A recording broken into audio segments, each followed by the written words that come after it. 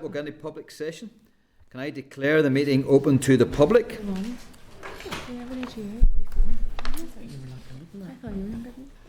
Can I advise members that the committee meeting will be recorded and broadcast throughout Parliament buildings and online? Can I advise members that those in the public gallery that they are welcome to use mobile devices as long as they are in airplane mode and all devices are muted? Attendees can also connect to the assembly Wi-Fi and password details are available on the gallery rolls. It is not permitted to take photographs or record any part of this meeting. Can I advise members that it is proposed that the R11 session with departmental officials on the draft multi-year budget proposals and the joint evidence session with the Department of Justice, the PSNI and the PPS on the proposed expansion of out-of-court disposals will be recorded by Hansard? And can I seek your agreement to this? Agreed? Agreed. Can I remind members that they are obliged to declare any interests, any financial or other relevant interests that might reasonably be thought by others to influence or approach to the matters under consideration. Any member who have interest to declare in relation to today's business can do so now or when the particular matter arises. Can I ask members if there is any interest to declare at this stage? No? Okay. So agenda item number 3 is draft minutes. Can I inform members that draft minutes of the meeting held on Thursday, 12th of February 2026 are at pages 315 of the meeting pack? Can I ask members if they are content with the minutes and they are a true reflection of the proceedings that took place on the 12th of February? If so, I'll sign. Agreed? Okay. Thank you. Agenda item number 4 then is matters arising. Can I ask members if there are any matters arising for the minutes that they wish to raise at this stage? No? Okay. Can I then just add at this point the action points on the deliberation of the Justice Bill? It was agreed that we would write to the Department around pre-accreditation for the restorative justice organisations being attested and to seek the views of the Department around that, and that would also be looking to write to the Department on the review mechanisms for both youth custody and supervision orders and also live links operations. Are members content with that summary? Yeah.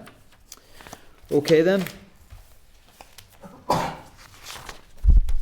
Moving on then to agenda item number 5 is the draft budget proposals 2026-27 to 29-30, Department of Justice oral evidence. Can I refer members to pages 3 to 7 of the meeting pack and to pages 2 to 11 of the tabled pack for the relevant papers? Can I inform members that the committee will receive oral evidence from Department of Justice officials on draft multi-year budget allocations? Members should also note that the Department has provided the spring supplementary estimates for 25-26 and these have been included in the meeting papers for this session. Can I inform members that departmental officials providing oral evidence today are Richard Logan, Michelle McLaughlin and Ashley Regan. Richard is Finance Director, Michelle is Head of Financial Strategy and Ashley is Head of Future Years Budget. So you're very, very welcome to the committee meeting, and can I invite you to make an opening statement? Thank you. Thank you, Chair. Good afternoon and thank you for the opportunity to update the committee on the proposed draft budget 26-27 to 29-30 and the financial implications for the Department of Justice. We've already shared detailed written briefing with the committee on specific aspects of the proposed budget outcome for the department. In terms of my opening remarks, therefore, I thought it would be helpful if I provided some context for the committee in terms of the overall executive budget, the funding it has available to allocate to all departments, and how that impacts the funding for DOJ. The multi-year budget covers resource DEL budgets for 3 years and capital DEL budgets for 4 years. As such, it represents one of the most significant decisions the Executive will make during this mandate. The Finance Minister has highlighted that the proposed draft budget has been prepared against the backdrop of an exceptionally constrained financial position facing the Executive, and that it has not been possible to provide any department with the funding it has requested. The figures shown on the slides that I've shared with the committee are based on information within the annexes that accompanied the Finance Minister's oral statement to the Assembly on the 12th of January. The figures are subject to change until such time as the final budget is agreed by the Executive. I would also highlight to the committee that the proposed draft budget does not currently outline how any overspends by departments in 25-26 will be treated in the multi-year period. There is a risk that the proposed allocations for DOJ could potentially be reduced in final budget if a decision is taken by the Executive to allocate overspends by individual departments against the budgets of all departments. So in terms of the resource position, slides 2 and 3 outline the funding available to the Executive. The starting point each year is the Treasury control total, which for 26-27 is 16.348 billion, rising to 17.334 billion in 28-29. Adjustments are then made for Treasury earmarked items, including additional security funding for PSNI and regional rate income. The departmental baselines are effectively the position at the start of the 25-26 financial year rather than the closing position.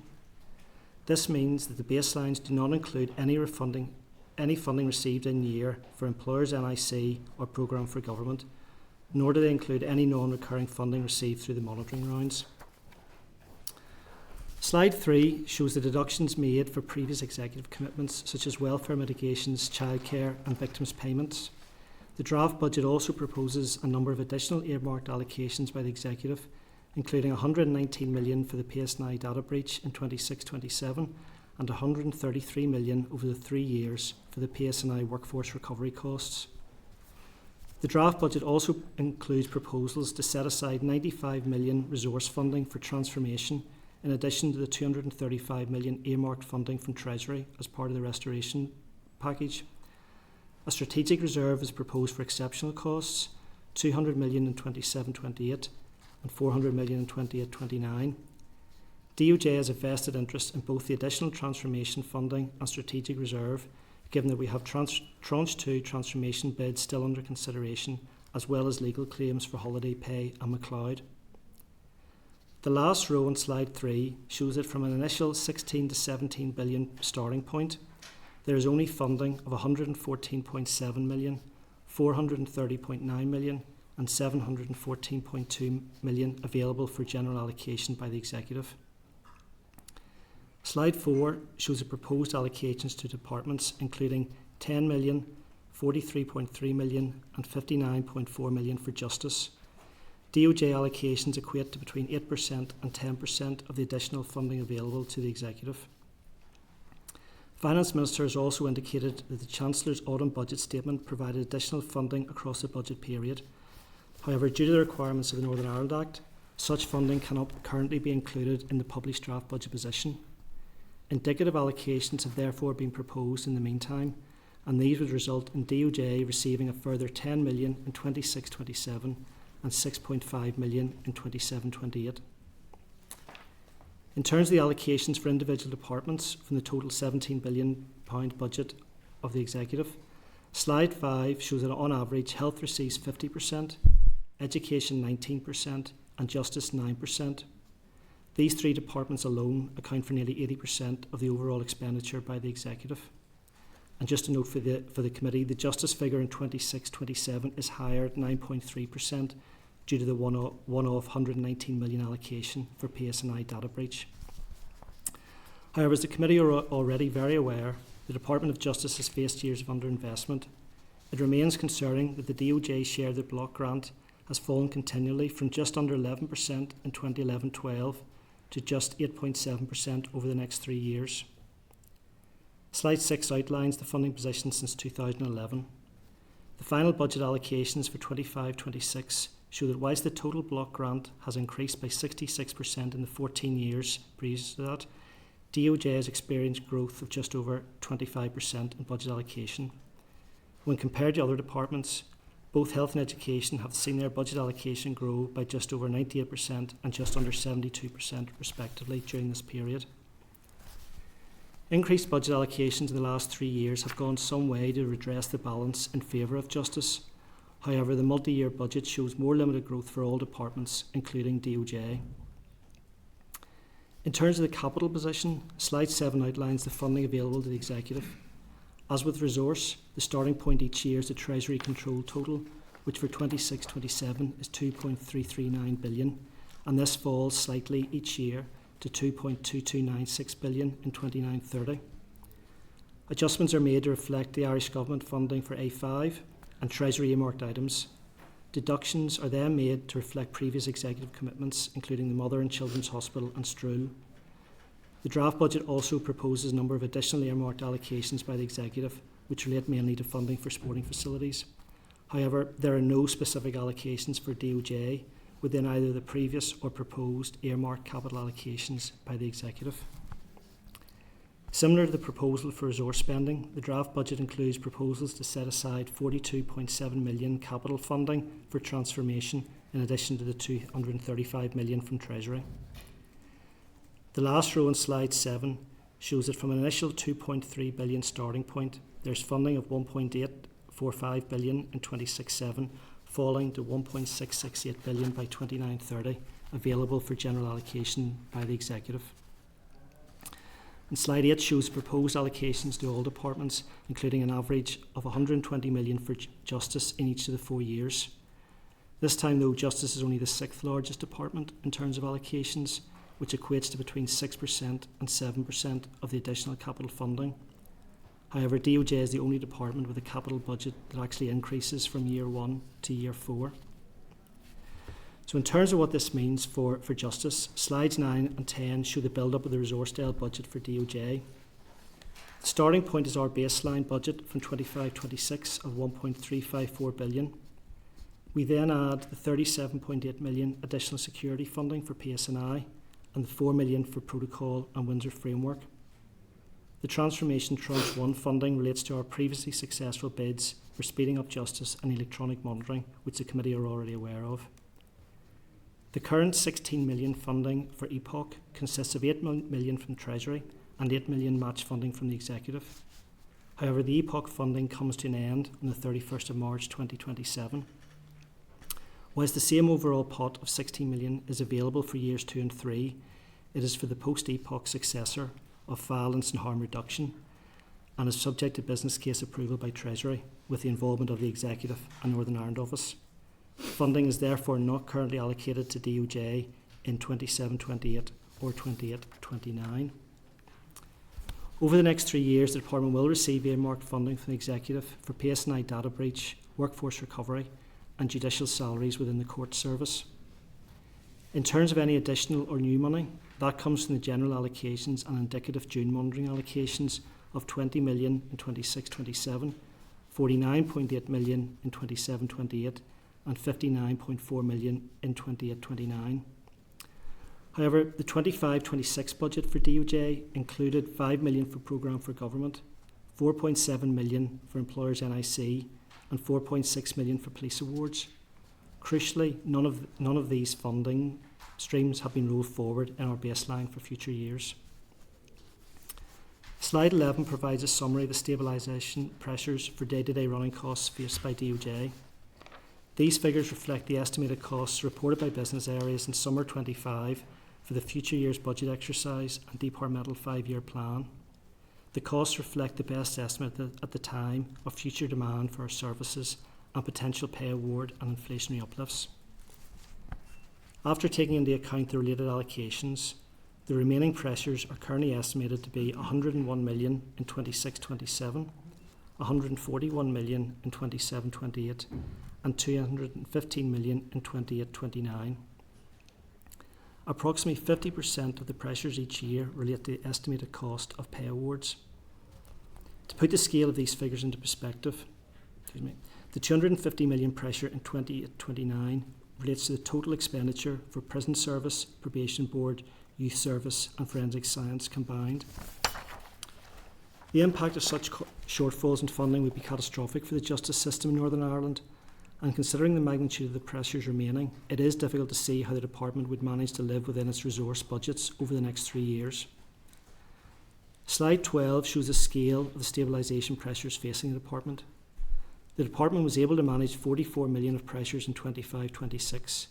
This was achieved in part due to additional executive funding of £7 million for workforce recovery and £4.6 million for police pay awards.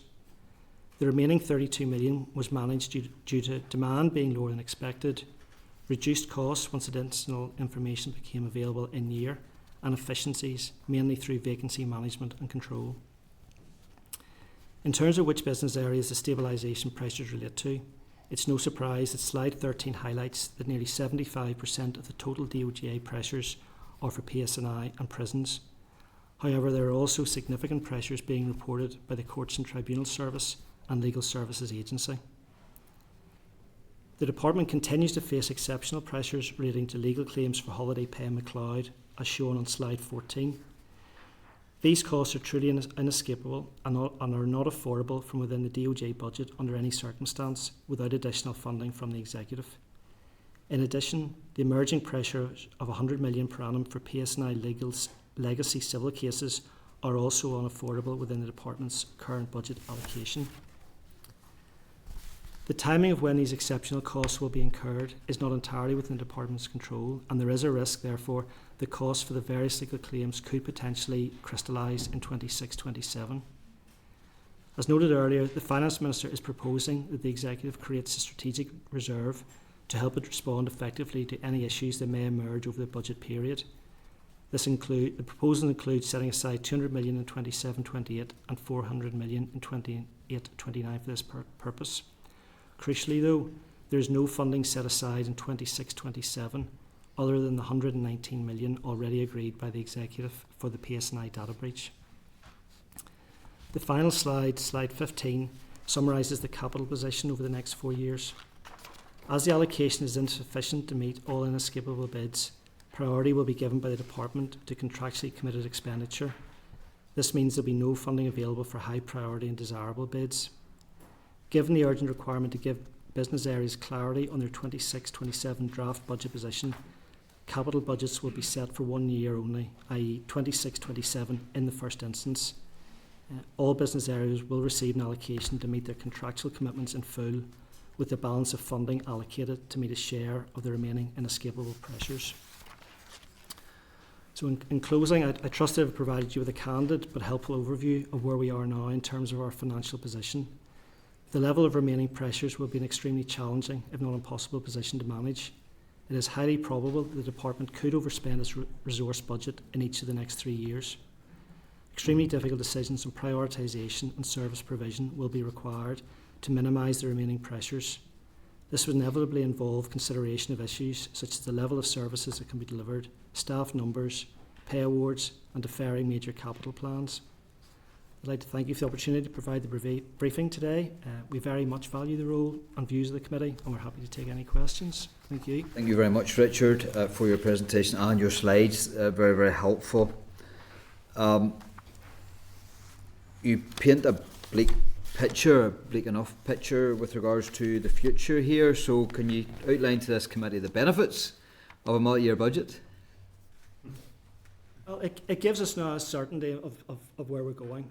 It'll give clarity, but it also then crystallises the shortfall over the next 3 years. So rather than us sitting and thinking, and maybe a perception or an expectation more funding is coming, which maybe that will happen to some degree, we know now this is what we're faced with.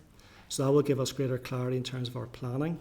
It'll give us clarity in terms of whenever the pay awards come up, because generally over the last number of years with 1 year budgets, they've gone through on the basis of they're affordable in year, and then we work out the sort of the tail in future years, and sometimes that's more difficult than others depending on civil service pay awards used to run from August through to July, so you had 2 years split, and that was difficult to manage. They are now moving to 1st of April start dates for pay awards, same for prison service. Yeah. But police, the management there is their pay awards start 1st of September through the 31st of August, so you're always crossing over. So the multi-years will give us at least a certainty as to what's available. It just maybe reinforces the position that there's limited funding available. We, as MLAs, we're always told it's the pay pressures that's really doing the damage with regards to reserves. So you actually paint a very good picture in slide 11 there, where you have non-contractual pay awards costs, and 27, 28, 29 for ease of language is 44, 78 and 114. But you then have other inflationary and operational pressures of 57.4, 63 and 100.4. Can you outline to the committee just exactly what those other operational pressures are and how meaningful or embedded are they? That will cover a range of, there'll be demand related increases in costs, so likes of compensation services, legal services, legal aid payments. There'll be small increases planned for those areas over the future years if there are increases in demand. Mm-hmm. For all the running costs of organisations, the IT, the leases, the infrastructure, security, running costs, inflation is running at 3 to 4%. So broadly, the assumptions we had in our original costings, and for pay was generally a 3% non-contractual uplift plus 1% because you go up the scale, so it's 3 to 4%. Some areas had slightly more. It was similar increases, if not higher, on inflation. For some of our sort of guidance, it's some areas maybe 5% increases in some of the IT costs. So for our total bill within the Department of Justice, 70% is pay, roughly, and 30% is non-pay, and that's the 5% increase on the non-pay bit, so that's where we get those increases. We also have increases in, that'll cover payments for injury and duty. It'll include any legal claims that are being settled, day-to-day things. So it's basically everything that's not pay. We included in there some small marginal new services to be delivered. In our 5-year plan, we'd highlight maybe about 20 to 30 million pounds of new services if the funding was available. So it's not that we're putting in 200 or 300 million pounds of new developments. Most of our pressures are dealing with existing pressures. Maybe just to touch on the point on the pay. So we expect our pay bill, it's now across all the organisations within DOJ, it's sitting at £1 billion each year. And that'll rise to about if there's a 3% pay award over the next number, that'll rise to 1.3 billion. So what that means is that every 1% of a pay award for DOJ, across DOJ costs £10 million. So if there's a 3% pay award, that's £30 million. Mm-hmm. It has to be 5. If it's 4, and that will increase the 1% becomes 13 million. So it's so significant in terms of managing our budgets over the next number of years. Given everything you've said, do you believe that all spending areas within the Department of Justice will be able to fully meet their statutory functions? Well, at the moment, we've put out draft indicative. So the Finance Minister put out his budget on proposed budget on the 6th of January. We issued draft indicative budget allocations to our business areas on the 6th of February.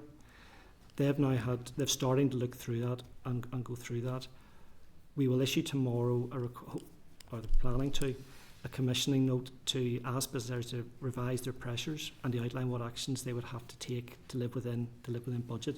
It's really whenever we get those returns in that we'll know what the impact truly is. We did a similar exercise last summer with the planning budgets, and business areas were coming back and saying, look, it's going to be difficult. We might not be able to, say, probation board meet all the services, or a lot of the areas maybe we was talking about, it would be scaling back, and maybe a focus maybe on more, the rehabilitation might not be able to afford to focus on rehabilitation in some areas because the statutory duties would take precedence. So we need to go out to the business areas to give them an opportunity.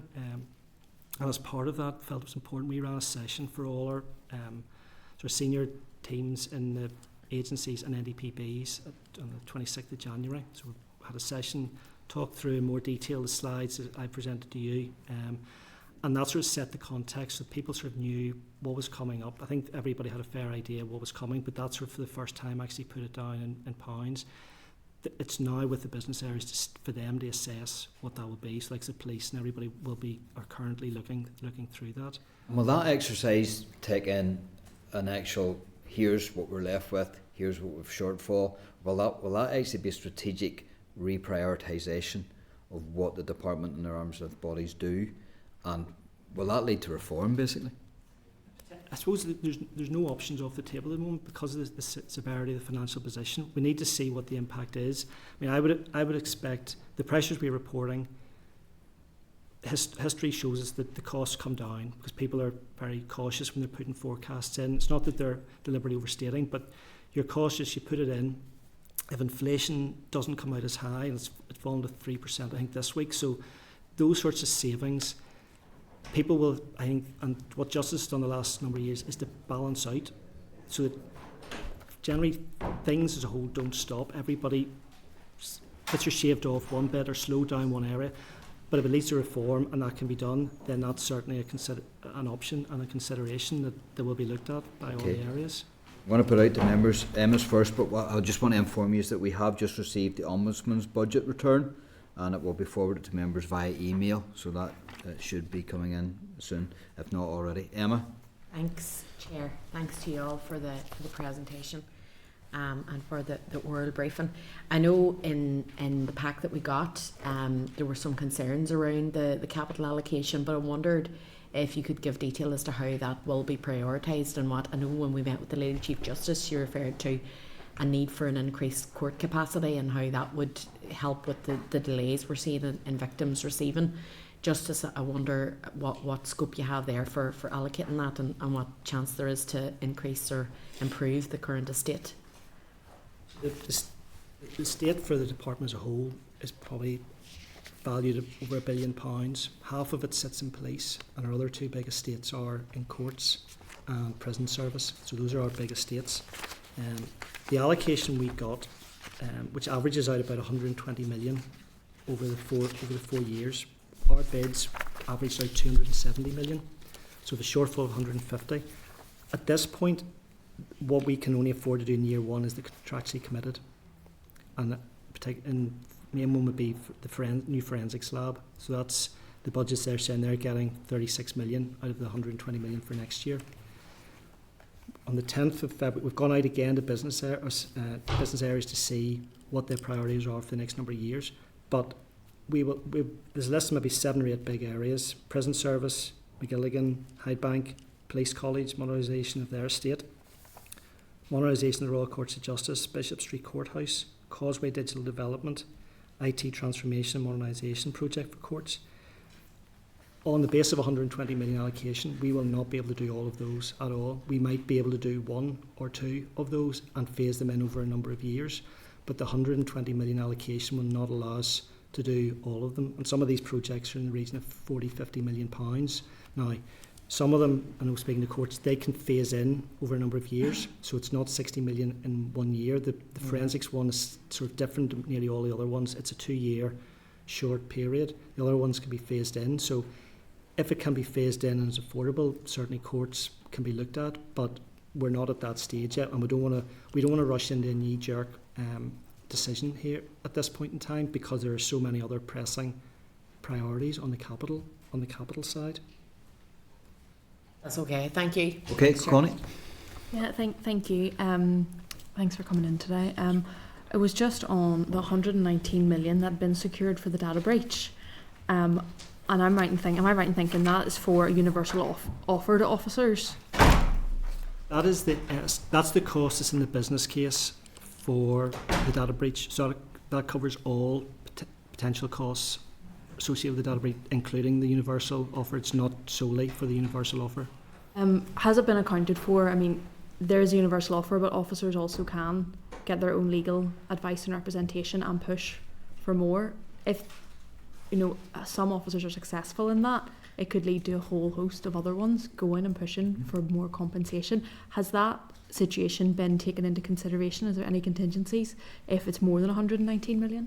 Well, in terms of sort of it might cost more, the business case had a number of assumptions and scenarios built in where a percentage was assumed in terms of who would take up the universal offer, and they were at a certain amount. There's then another percentage and other tiers of other more expensive payments. So that has been factored in at the moment. However, if people don't accept the offer and it goes to court and it's a court judgment ruling, yes, it could cost more than 119 million. I think the Minister sort of, in any correspondence, she's gone back to the executive. We really do welcome that 119 million, but we note that there's still a risk and uncertainty with it, that there may be more needed. It may or may not get settled in 26-27, depending on how quickly claims can be processed and agreed. So there's a risk on 2 fronts. One, that it's not all settled in 26-27, and secondly, it might cost more than 119 million. Thank you. Other question I had then is on the Police Ombudsman. We've just had correspondence from them as a committee and their concerns around the current budgetary situation. They've written to us here to say that even if their budget remains unchanged, they face a cut in real terms and references a bleak financial picture and their ability to meet statutory obligations. How is the department engaging with the Police Ombudsman's office around that? Part of our initial consultation on the budget was to meet with all the areas to let them know and set that out. Business areas then through their sponsor teams will be coming back and providing feedback. In terms of our approach for setting the budgets, we know we have a shortfall. No matter what way we split the budget, there was going to be £101 million short. So the approach we took as a department was to try and smooth out the shortfalls. And that's why in the allocations we've shared with you, there are some business areas that don't get any allocations over the next couple of years. And that's because the pressures they've reported as a percentage is lower than other areas. So we felt if we give money to those areas, they were maybe sitting at 5 or 6% of pressures. If they got more money, they could be down to 2 or 3%. And we had other areas that were facing 15, 16% of pressures. So we've tried to smooth it out as far as possible so that in year one, nobody has more than 12% of their pressures remaining. Year two, it's 13%. And by year three, it's 18%. And that's just we can't, in the same way as the Finance Minister said, every department will not be able to get what they've asked for. That's is mirrored in our department, that all the areas will not be able to get, but we've tried to smooth out. And we hope if there are in-year easements, as we've done each and every year, we'll put money out to business areas that have it, have particular pressures or have difficulty trying to meet that. But we need a collective contribution from everybody to do it, and the department's not sitting with any money now left to allocate out. So there's no reserve. We don't have a strategic reserve. That's not something we can be allowed to have, or even setting money aside. All the budget we've been given has been allocated fully out. No, it is. It's concerning, and I think just the whole department seems underfunded. But thank you for coming today. Okay, Patsy. Thanks very much. And I was going to ask that question about the other pending cases that have been taken independently by police officers in regard to how many of those just do you know offhand? I don't know. I don't know. I think there was maybe something like 10, 20 test cases going through the courts. That was more, but that's not necessarily reflective of the number of individuals. Aye, that's what I mean. Is the test cases have sort of set the benchmark for the offer that was put out, but you don't know then how many other cases there could be pending where individual officers are taking cases in their own rights. No, oh, that's grand. Thank you. Could I ask just there back over to what I was looking at there was the postmortems and the implications for postmortems and the likes of the reduction in the number of staff. They did mention there that some staff are in on a temporary basis, temporary consultants in the pathology departments. Those of us who have dealt with very sad instances of sudden death will know that in dealing with the staff there, many of whom are under pressure but deal with it in a very sensitive way, realise the importance for families of the release of the remains of their loved ones as soon as possible. So two things.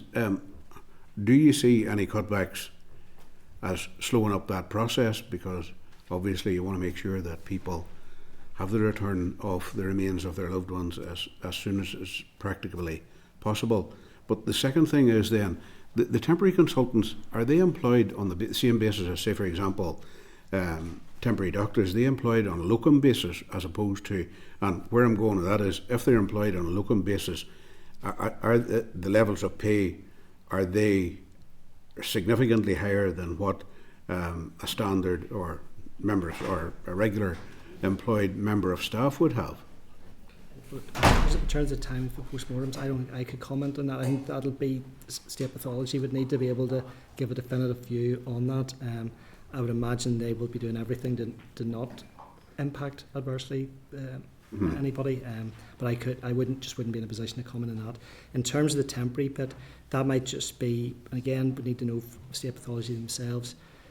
It could be just temporary. It's a 1 or 2 year contract, or it's filling a void. Some of that might be retention allowance, retention recruitment allowances. So, with greatest respect, it might be many's a thing. But could you give us some figure? No, I don't mean today. Obviously, you don't have them. Could you come back to us with some more accurate figures around that, please? Just certainly, yep. Aye. Okay, thank you. Thanks, Chair. Brian. Thank you, Chair. Thank you for the presentation and the slides, which are very, very clear in information. From what you said, no department received the funding that they need, so it's hardly surprising. The executive as a whole did not approve the multi-year budget.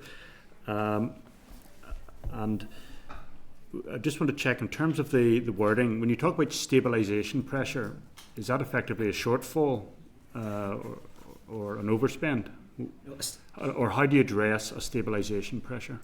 It's essentially the day-to-day running costs of keeping the Department of Justice going. So we tried to distinguish between the exceptional pressures, so legal claims that are sort of completely outside our capacity to be able to fund, and day-to-day stabilisation to maintain the justice system. Right. So the 44 million stabilisation pressure this financial year. Yep. How has that been covered? Obviously, the 400 million that came in the reserve claim went to health and education. So what has been happened to that 44 million this year?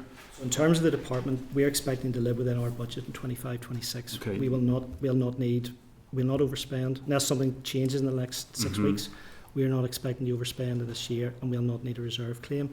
The 44 million was managed through the likes of the 7 million we got for the PSNI workforce recovery, the 4.6 million we got for the police pay awards. We had all areas came in and made savings, so police, prisons, courts, everybody made savings. Okay. Initial demand for legal aid that we thought was going to be higher this year didn't come through to the same level, so that was a reduced cost. So the 44 million was managed by the department in year, and on a budget of 1.4 billion, that's 44 million is about 3%. So if we're managing that sort of level, we'd expect that just through normal course of business, that reduced costs, and also through vacancy management in the posts, just the delays in recruitment, posts haven't been filled as quickly as wanted. But certainly we will not, as things stand today, we will not need to access the reserve claim. Okay. Well, look, that's good to hear, and I'm not questioning that there's been pain in meeting that, but it leads on to my thoughts always. In a four-party coalition, it's difficult for individual ministers to take the lead, but all must be under pressure to live within their budgets, and just is there that collective desire to find those savings? Because obviously no individual minister wants to have to go out and make cuts and take public criticism for that. Did you feel there is a collective responsibility in trying to drive forward finding efficiencies and savings across departments? I think as a civil service, public sector, if we're going to live within budget, that is a collective responsibility. And certainly when I meet with the fellow finance directors, we all know the impacts and that measures have to be introduced. So there's a collective responsibility amongst everybody, I would suggest. And final question, Chair. I mean, the Education Minister has published a 5-year budget strategy, just a couple of weeks ago, including areas where structural reforms could reduce costs, and I think health has also gone public. Is Justice working to produce a projected 5-year budget indicating where savings could be found? I mean, we shared previously with the committee our 5-year plan, so that was prepared. I know all areas are looking at that. Police will be looking at that. We had a session with them earlier on in the year where they've been going through all their areas they can be looking at in savings. So it might not come in a specific separate published document, but that is being done. The reform within speeding up justice that Lisa will be talking about, prisons reform, all those reforms are sort of already happening and have been happening to try and minimise costs over the department. So at the moment there's no specific plan to publish maybe a same document as health or education. However, that work has been ongoing in previous years anyway. Okay. And so what is it called? Just a 5-year plan rather than a budget strategy, whatever? Departmental 5-year plan. So that was setting out our sort of plans and costs and the efficiencies that we could make. There's a financial element to it. Yeah, absolutely. Well. And areas for savings identified, or potential areas for savings. It comes back to the driver for our costs are the pay awards. That's the biggest impact for us. Then you have increasing prison population that sort of is demand-led service, and that the prisons can't turn the prisoners away at the door, so they have to take them, look after them, rehabilitate. All of that needs to happen. So that's where the reform has been happening. People have been looking to make efficiencies, but that's all included in the departmental 5-year plan. We've set it out about those costs.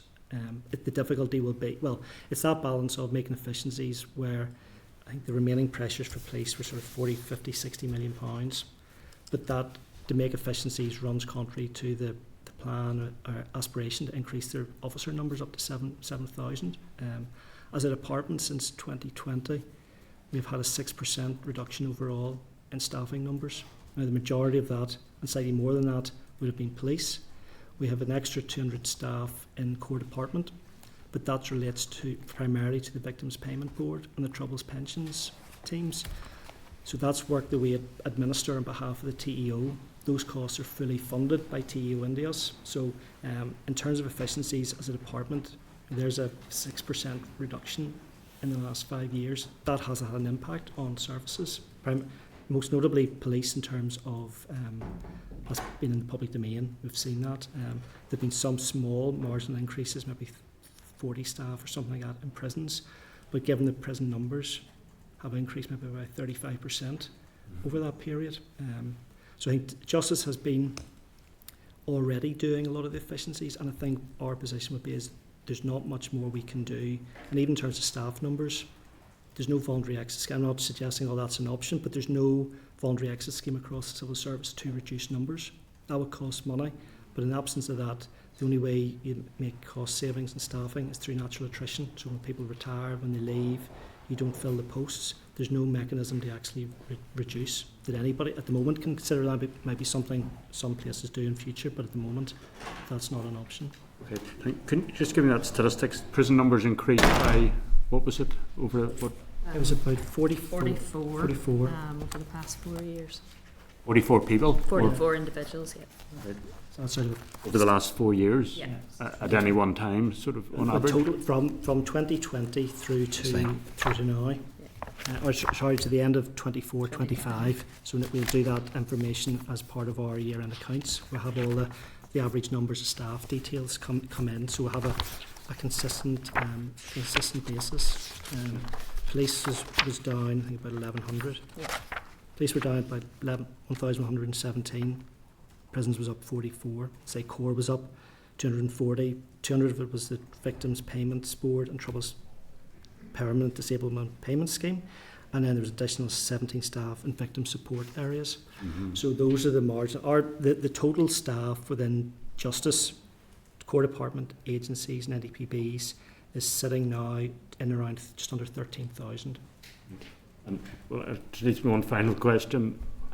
Without wanting to get ahead of ourselves, if the Sentencing Act increases duration of sentences,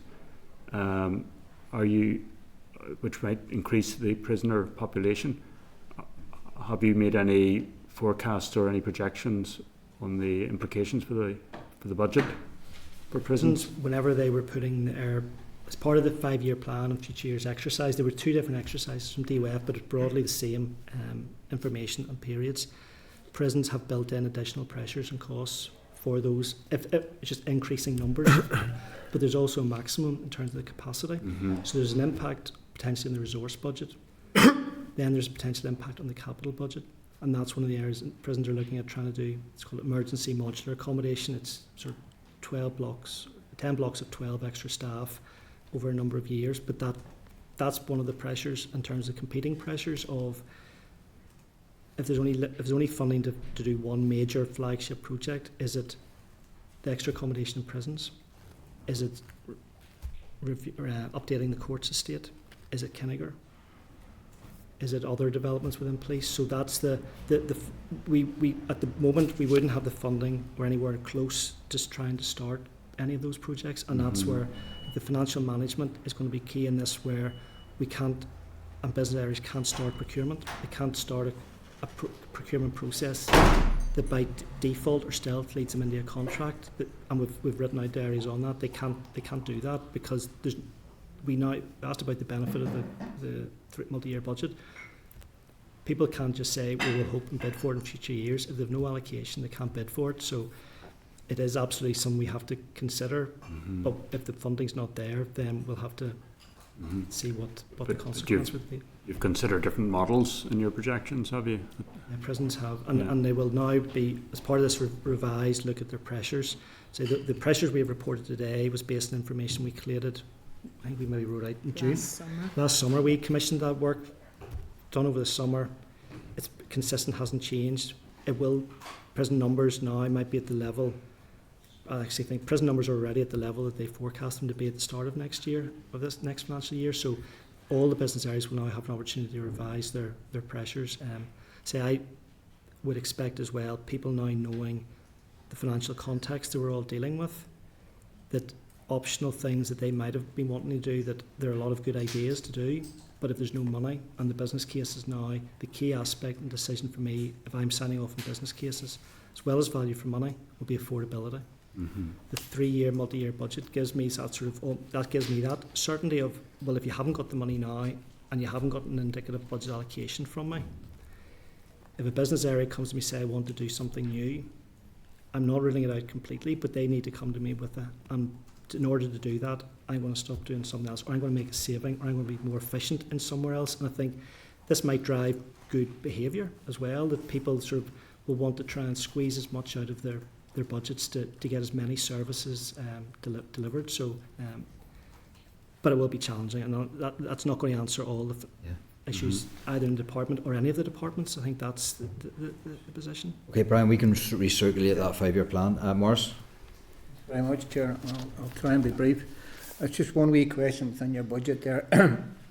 The pension scheme introduced in 2015 was ruled on age discriminatory by the McLeod ruling in 2018. Have you factored in the payouts for that McLeod ruling within that budget? And if so, when do you expect all of the payments to be made? We have factored in, that falls under the category of exceptional pressures. Yeah. So we have put in an estimate, similar along the lines of holiday pay as well. Mm-hmm. So we have that table in, and the costs are in. At this stage, it might be 26, 27 that those get paid, but there's been no agreement on settling of those claims yet. So at the moment, I think it's going to be potentially similar to the position we were in with the data breach, where we had a business case that was approved on value for money, but we couldn't sign off on affordability because the funding wasn't there. Now, the strategic reserve that the Finance Minister set aside is for exceptional items that come out and emerge, including McLeod, including holiday pay. However, there's no strategic reserve set aside in 26, 27. I think that's partly because 119 million has already been allocated for the police data breach. Yeah, so unfortunately data breach, but it still leaves the officers affected by the McLeod ruling in limbo. And you're telling me now that it may or may not come to a conclusion in 26, 27, but it may not. So these officers are still in limbo, and there's nothing within the budget to give them their due finances. That's the representations that the Justice Minister has been making to the Finance Minister in terms of we welcome the money for the data breach, but we have other exceptional pressures that at the moment as a department we couldn't afford. Yeah. I have to agree that the Justice Department have been massively underfunded for quite some time, and you're only playing catch up. And if you reach 7,000 numbers, that's not a target, that's a baseline, and you need more than that. Thank you, Chair. Okay, Morris, thank you. No more further questions, so thank you very much, Richard, Michelle and Ashley, for your attendance here today. Thank you. Thank you. Okay, members, can I inform members that the committee staff will prepare a response to the Committee for Finance on the Department's proposed draft budget for 26, 27 to 28, 29, 30 for consideration at next week's meeting. Can I ask members to indicate if there are any particular matters that they wish to highlight in that response, or are they content with regards to the questions and answering session that we've had there? Is there anything specific that we want to highlight it? No? Okay, content with the questions and answers session, and that'll be enough to glean out. Okay. Agenda item number 6 then is out of court disposals. The proposed expansion of out of court disposals, including penalty notices in the Justice Act NI 2011, summary of consultation responses, and a proposed way forward oral evidence. Can I refer members to pages 423 of the meeting pack? Can I inform members that officials from the Department of Justice, the PSNI and the PPS are attending today's meeting to provide evidence on the outcome of the public consultation on the proposed expansion of out-of-court disposals and the proposed next steps. Can I remind members that the committee considered the proposed consultation in the meeting way back on 26th of June 2025. Members were content for the department to proceed with the consultation. However, members agreed to raise some concerns with the department about the types of sentences that were proposed for inclusion in the expanded out-of-court disposals and any potential impact on public confidence, and to also request further information on other matters. That department's response has been included in the pack for members' information. So, can I inform members that providing evidence today are Lisa Rocks, Director of Justice Performance Team DOJ, Barry Doran, Justice Performance Team DOJ, Gary MacDonald, Superintendent of PSNI, and Peter Looney, Senior Assistant Director. Gary and Peter, you're coming under deep suspicion of being at this committee far too often. I'm sure you suspect. You need to keep an eye on that. So very welcome. You're very welcome to this committee. And I guess, Lisa, you have an opening statement. Thank you. Yes, thank you. And thank you, Chair, for the opportunity to talk to you today about the consultation on expanding the out-of-court disposals. I will keep my opening remarks brief to allow more time for questions. My name is Lisa Rocks and I'm the Director of Justice Performance in the Department of Justice, and I lead on the Speeding Up Justice programme, of which out-of-court disposals is one of 5 interlinked projects. I almost feel now as I introduce Gary and Peter that they need no introduction, but so I am joined by Gary MacDonald, who leads the Cross Justice Out-of-Court Disposals Working Group, and Peter Looney, who you know is the Senior Assistant Director of PPS, who were key partners in the development of the proposals. Gary, Peter and I are members of the Cross Justice Programme Board, who along with members of the Courts and Tribunals Service and the Lady Chief Justice's Office are driving forward transformation of the criminal justice system to reduce avoidable delay. I'm also joined by Barry Doran, who is the Speeding Up Justice Programme Manager. Firstly, I thought it was important to set the working context of the wider programme. I appreciate the committee have heard from criminal justice partners in past weeks about the challenges around delay and the work which is ongoing to address this, and hopefully this has provided some useful context to the work on out-of-court disposals. Expanding the use of out-of-court disposals is an essential part of the wider Speeding Up Justice programme of work aimed at reducing delay across the justice system, which is a key priority of the Minister, the Criminal Justice Board, and is a programme for government commitment. This project and this consultation are in line with the programme for government commitment, which requires the Department to explore options for expanding the use of out-of-court disposals to speed up the time taken to dispose of those cases and help to reduce pressure on the courts and other justice agencies. This work is also one element of the programme funded through the Public Sector Transformation Fund, which will help us to drive the pace of much needed system change. Each project in the programme has a Criminal Justice Board sponsor to drive it forward, and in the case of out-of-court disposals, the PSNI Chief Constable is the sponsor, and the work is taken forward by all criminal justice partners working together to agree and drive change. To deliver the various projects and expected benefits within the wider programme, there needs to be sufficient capacity within the criminal justice system, which is why it is important to find ways of easing the pressure on the magistrates' courts. Out-of-court disposals are a mechanism whereby there can be a more proportionate approach to lower-level offending, which should reduce the demand on the court system at the earliest point. This will help use resources more efficiently and maintain system capacity, particularly to deal with the most serious offences. There are 4 other interlinked projects under the programme, which when combined would see whole system change. The Early Engagement Project, sponsored by the Director of Public Prosecutions, supports earlier collaboration across the justice system, particularly police, prosecutors and defence, to ensure cases are better prepared at the outset. Under Committal Reform, sponsored by the Department, the second phase direct committal is due to commence later this year, so that indictable-only cases reach the Crown Court at a much earlier stage. To manage the additional pressure on the Crown Court, the Department and criminal justice partners, with the sponsorship of the Northern Ireland Courts and Tribunals Chief Executive, are exploring the expansion of magistrates' courts' powers.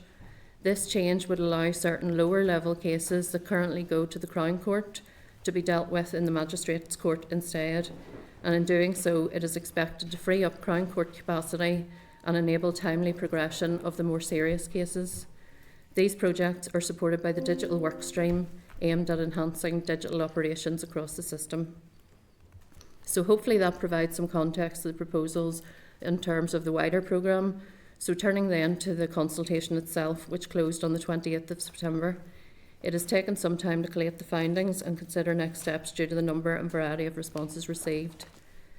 We have provided the committee with a summary of the responses received and some accompanying briefing, which has hopefully been helpful in providing detail on views on the proposals, the engagement undertaken, and provided the Minister's views on the next steps at this point. We would welcome your views today on the proposals to inform decisions on the way ahead.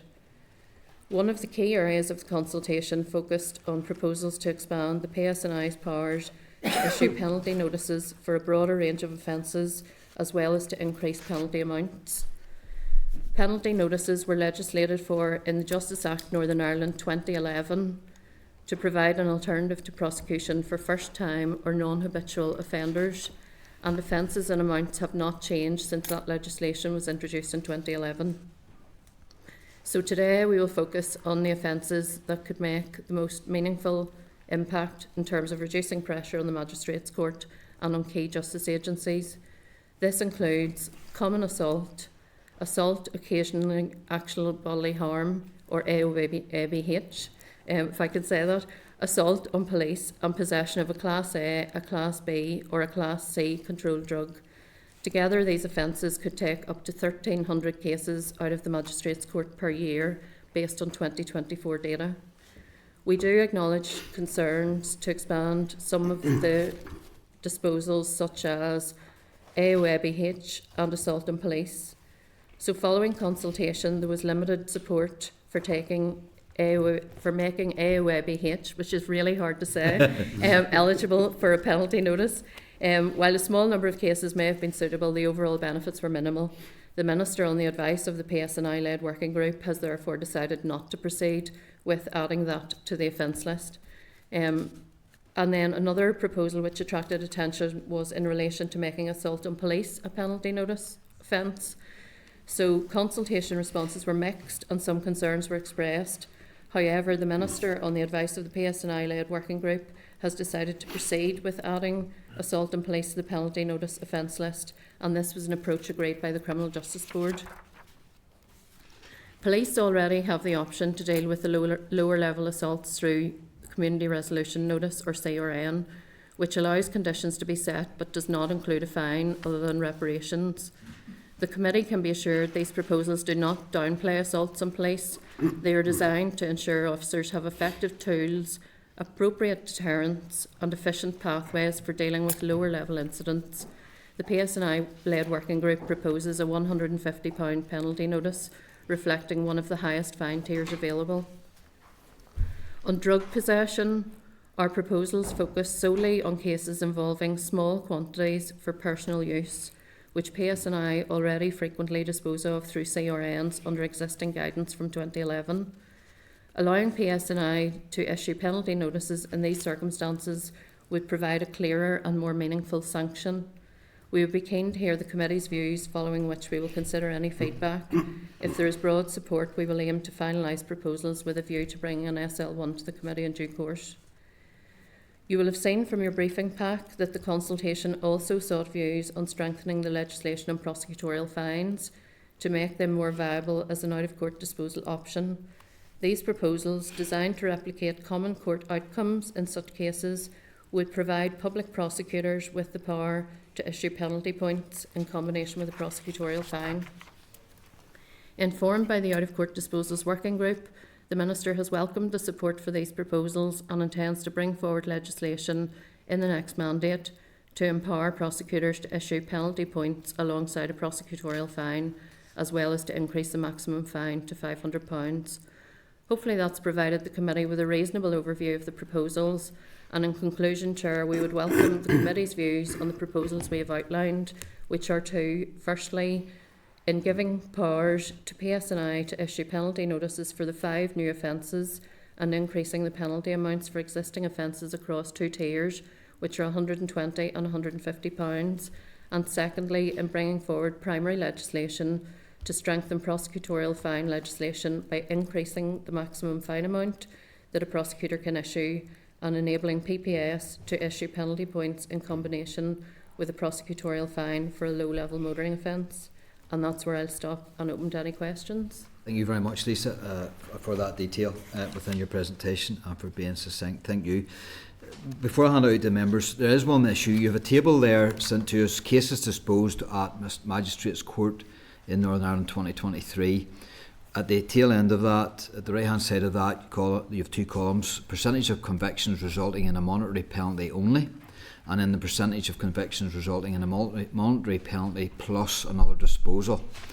There must be some other column required, because when you look at the violence against the person, number of cases 5,337, total of percentage of total magistrates courts caseloads 18.1%, number of convictions 3,502. But the percentages, it's 17.4 percentages of convictions resulting in a penalty, monetary penalty only. But then it says 2.1% for a monetary penalty plus another disposal. So where's the rest of the percent, the 100%? There must be another column. My glasses. Right, okay. That's the first thing I want to say. Reading down that, you can see drugs controlled is 51.6% as a penalty only. A monetary penalty only. And then 0.2% is for a monetary penalty plus another disposal. On down, theft, it's 11.7 monetary penalty only, but 4.5% monetary penalty plus another disposal. So I'm going to speculate, Chair, that I think because the focus of this is around penalty notice of disorder and prosecutorial fines, the figures only relate to those cases where monetary penalties plus something else was imposed. In those fines where there was just a custodial sentence or just a suspended sentence or just a discharge of some kind and no monetary penalty, they're probably not set out in the table, but I'm sure if you wanted the fuller table, we could produce that. And there is something on the table that on the left where it talks about the PPS decisions issued, and then the prosecutions and the convictions don't necessarily relate to the same year, but we'll come back properly and write into the question. So let me play a mathematical devil here, which is not in me. But so if you take violence against the person, 17.4% was a monetary penalty only, and 2.1% was a monetary penalty plus another disposal. That brings me to a total of 19.5. So you're talking about 80% then of cases, violence against the persons, ended up in something other than a monetary. That's how I'm interpreting that. I mean, again, you could have a range of community orders, probation, community service, custodial, suspended custodial, absolute conditional discharges. But rather than me speculating, we will get the full figures. So which point brings me to my point, that if you're ending these offences at the discretion of a police officer, you're ruling out all of those other array of disposals. Do you want to take? I think that question assumes that what we're saying is that PNDs or prosecutorial fines will be the only way in which these offences will be dealt with. Yeah. I think the prosecutor or the police officer will understand from the guidance that a range of disposal options are available, and where it's not appropriate to deal with it just by way of a monetary penalty, they will then submit a summons or an investigation file to go down the court route. Ari, you guys have been presented as the Minister as being, if you like, very positive on this, cheerleading this, if you like. Where do you see the percentage coming in of the discretion used by a police officer on the ground? So I think in terms of the area that we're focusing on, it's that 21%. So for example, I'm looking at the common assault figures. I've just got the figures here in terms of the specific offences that we're proposing for penalty notice for disorder, for example. Yep. And what we're saying is, where is the area of opportunity here in terms of trying to free up some capacity across the court system?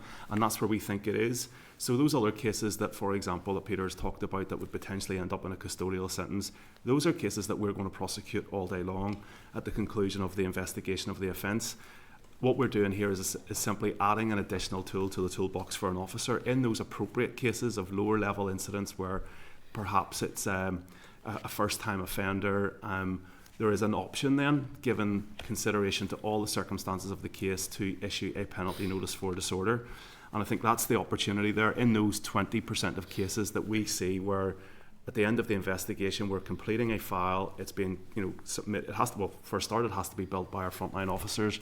It has to go through, and we talked about delay last week in terms of our case management teams goes to the prosecution services, a whole process then that entails ultimately to get a monetary penalty only at court, and one that is in line with, if we look at the median fines issued at the Magistrates Court, and that's how we've aligned the increase in the penalty notices.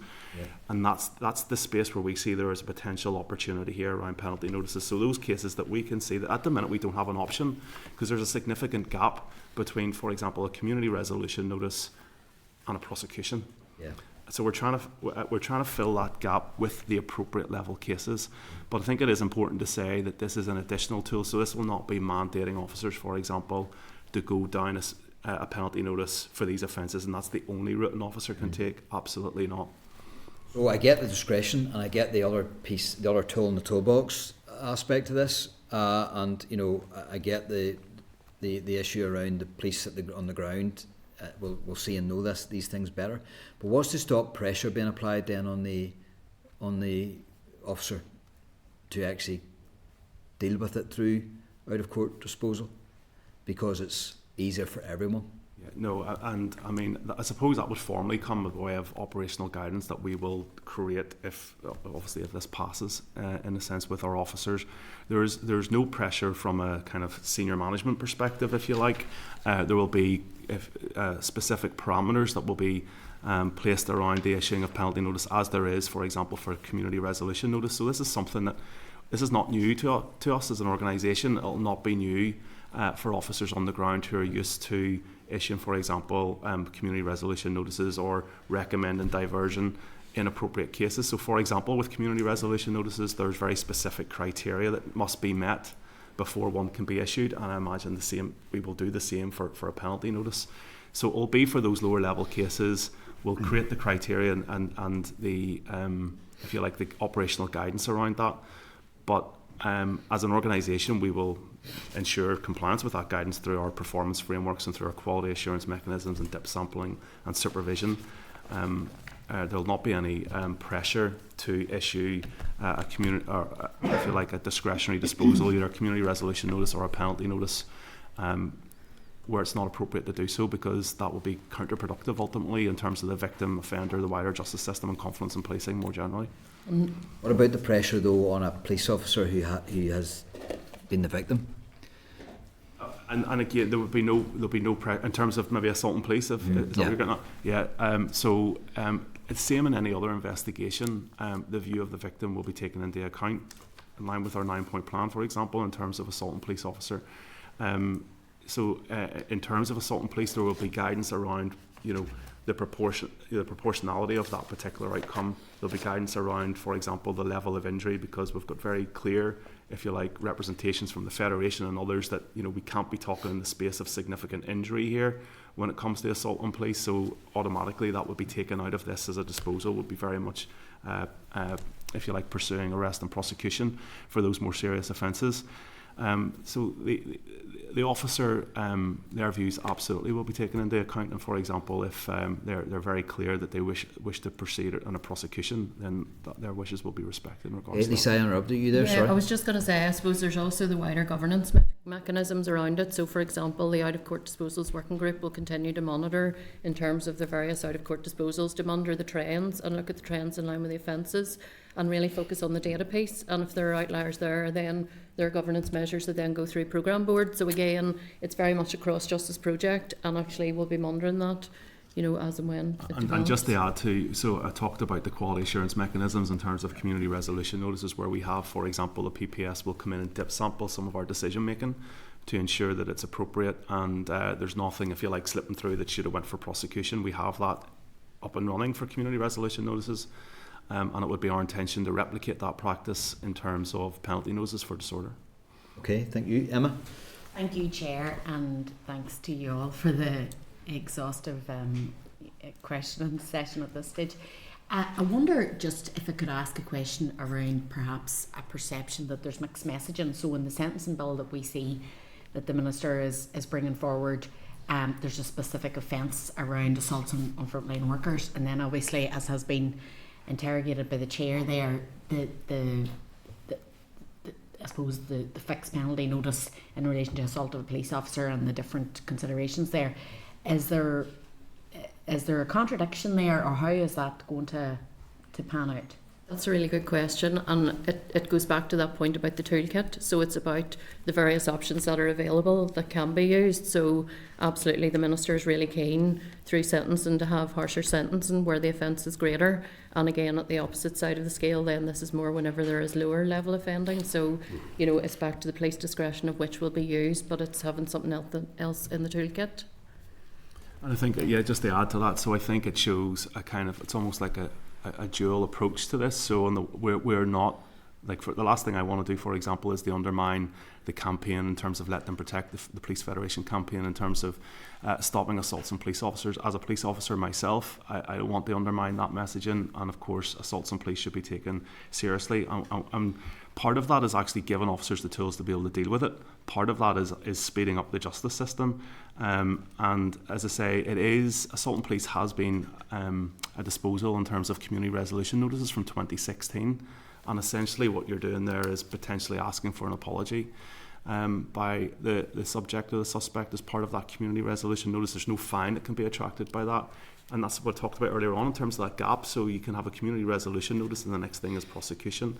And through our engagement, and obviously we have engaged with the Federation and they're doing further consultation around this specific proposal, and have agreed to work with us in terms of what this looks like in terms of operationalisation, in terms of levels of threshold of injury, for example. But we've had clear feedback from frontline officers, for example, that this would be a very useful tool in those lower cases of, as I say, somebody who's not a repeat offender, where it is a low level of injury. It can be quite effective, actually, to be able to issue a penalty notice there and then of £150, for example, rather than waiting 6 months before it goes to court for those proportionate offences, or those appropriate offences, should I say.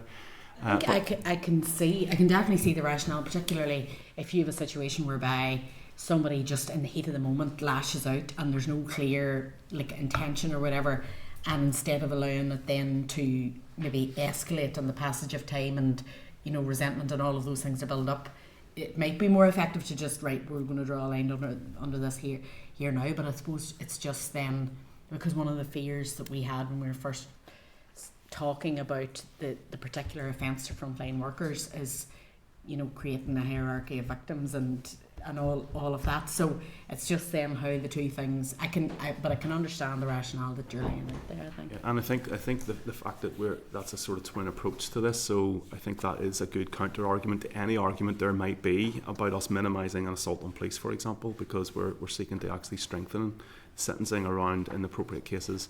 And again, it's back to that toolkit. It's what is appropriate in the circumstances of the case, and allowing officers and police officers and trusting them to make the appropriate judgment. Yeah. Thank you. Exactly. Thanks, Chair.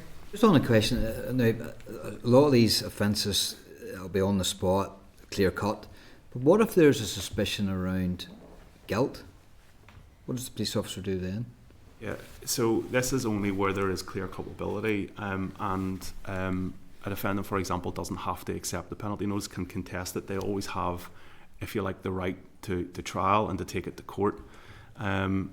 So the officer, there doesn't need to be, there can't be any doubt around it. For example, they need to have the evidence to be able to issue it, and as I say, it only comes at the conclusion of an investigation whenever that aspect of it is satisfied. Right, okay. Brian? Yep.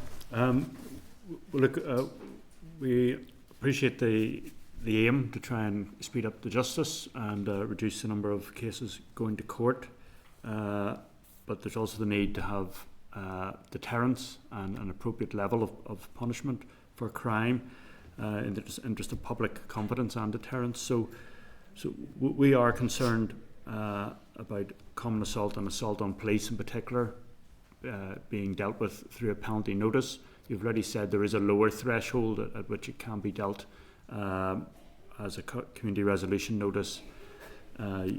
You've explained the rationale for also dealing with as a penalty notice out of court disposal. At this stage we're not persuaded by that. We're mindful in the Sentencing Act or Sentencing Bill the intention to make assaults on frontline workers a more serious offence and have an aggregator for that. So again, it's about the public perception of what a crime, what is considered a serious crime, And likewise for common assault, So it's about where the line is drawn and the public messaging and reducing deterrence. So likewise for riotous behaviour, and we've seen that occurring this year, and quite often riotous behaviour ends up as assaults on police. And I've been in many situations in the past where that was occurring, and trying to reduce that. So we accept, like for some lower level offences, for lower level of drug possession, that it can be an effective way as long as it's part of a package of education and behaviour changing, antisocial behaviour and motoring offences, as long as there is a proviso that the individual sentence can be assessed if something more serious is required, so it doesn't seem that it's an easy way out, because we see often people feel like it's almost there hasn't been a consequence. So we don't see this also as the sole solution to addressing speeding up justice. You know, it's all the other ensuring files are ready, that the preparation of files happens as expeditiously as possible, and that they're ready when they go to court. It shouldn't be that we just reduce the level at which things go to court. So that is overall our position on this. We're just concerned about the public messaging and the deterrence value in particular. I mean, Gary, I mean, from a police point of view, be interested on, I don't know, have you had feedback within the police directly on assaults on police? Concern about the public perception of that being changed if it's only dealt with through an out-of-court disposal? Yeah, so a number of points there. If I take maybe in terms of common assault, so again, I just reiterate the point that all of the previous disposals and options are still there. They're still on the table. So if somebody needs prosecuted, given the circumstances of the case for a common assault offence, they will be prosecuted. It is really trying to tap into that 18, 19, 20% of demand that will ultimately result in a monetary only penalty at court. And you can see as well, in terms of the median fine received at Magistrates Court over the last number of years for common assault, it has been £200. So it's essentially getting to the same outcome quicker. And there is, there's all sorts of theories in terms of deterrence, and a quick and swift outcome from the offender's point of view can be seen as beneficial, and there's other evidence which I'm sure Lisa can talk to in terms of out-of-court disposals and how they are effective in terms of deterrence going forward. So it's just to make that point that it's an additional tool and it's to fill a gap, and it will be appropriate. And how do you make that distinction if it's still common assault, and you're saying some levels of common assault will still go to court even if this change is made, but some which would go to court now will just end up in a fine, and you're saying that could be speeded up through an out-of-court disposal? Yeah, and I suppose that will come down to the guidance that we will write in terms of the organisation. But an example could be sorry to interrupt, but who makes that? Who would be making that decision? The police or PPS or part of the working group? So we have the PPS there with DOJ. We'll obviously have our staff associations in terms of the Federation, NIPSA, etc., to help, and I've already written to those in terms of offering to help us write the guidance around this. But to bring it to life, essentially, to give you an example, it could be a first-time offender, it could be a low-level common assault without injury, and it's likely, from our professional judgment, that if this goes to court, it would, if it ended up in conviction, would likely be a monetary penalty only. That's the sort of space that we're in. In terms of the assault on police, as I have said, being a police officer myself, I do not want to undermine any ongoing campaigns, for example, around Let Them Protect, or undermine in any way the significance of assaulting a police officer in the course of their duty. And we have engaged with the Federation around that. They're doing wider consultation. They're aware of this consultation, the proposal. I've offered for them to come on board in terms of trying to help us write the guidance in terms of what that looks like. So what would be acceptable and not acceptable, what level of injury are we talking about? All of that is up to discussion. But I do feel, given the fact that there is a community resolution notice disposal now for assault on police, and the next, as I say, the next one up is prosecution, there is an opportunity to fill that gap in those appropriate circumstances, given everything I've said in terms of the swiftness of the penalty in terms of deterrent. And in terms of file quality, then I think was the other point in terms of broadening up. So we're not suggesting for 1 second that this is the panacea or the silver bullet around speeding up justice. In the grand scheme of things, it's a small proportion of the overall caseload that's going to the magistrates' court, but it's one part of a broader suite of options that we're looking at through remit of magistrates' court, through early engagement. We talked last week about all the digital work that's ongoing, use of AI, file quality, and I suppose this in a way is trying to free up a bit of capacity for our frontline officers so they're not creating files and push them through the system and the PPS for offences that are ultimately going to end up with a very similar monetary disposal anyway, and allow them to concentrate on those files that are going for prosecution and are going to contest and are those domestic abuse files and sexual crime files that we do need to improve the quality on, and that's the kind of theory behind what we're trying to do. Yeah. An out of court disposal, I mean, did you say that can be an on the spot fine?